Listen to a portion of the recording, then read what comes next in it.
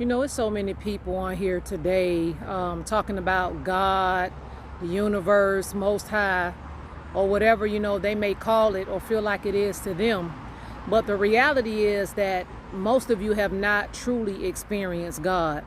You all think that being blessed means to have it easy all the time, and that's not knowing what God and who God is.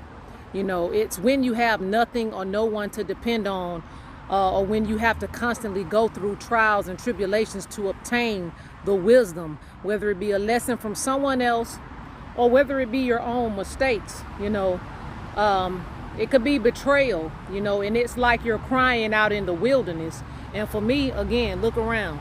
The wilderness is where I find peace, and it's where I actually sit still and listen to God, and to hear that voice, which really sounds like our own voice as well.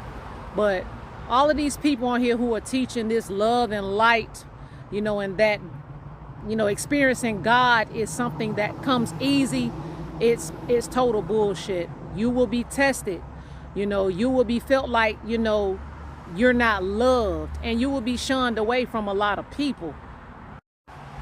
And I always tell people, social media is not a looking glass. You cannot totally depend on social media to feed your spirit, because a lot of people on here portray being happy, being spiritual gurus. They seem to have it together, and they really don't. Their life is full of chaos.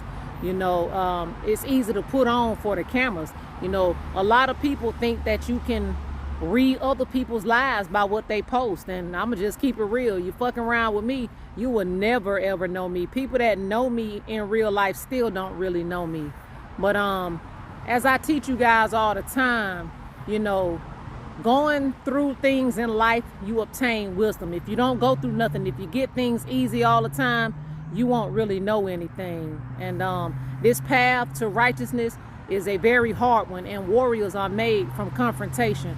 Warriors are made sometimes from failure, but they get up with their sword and they go at it again.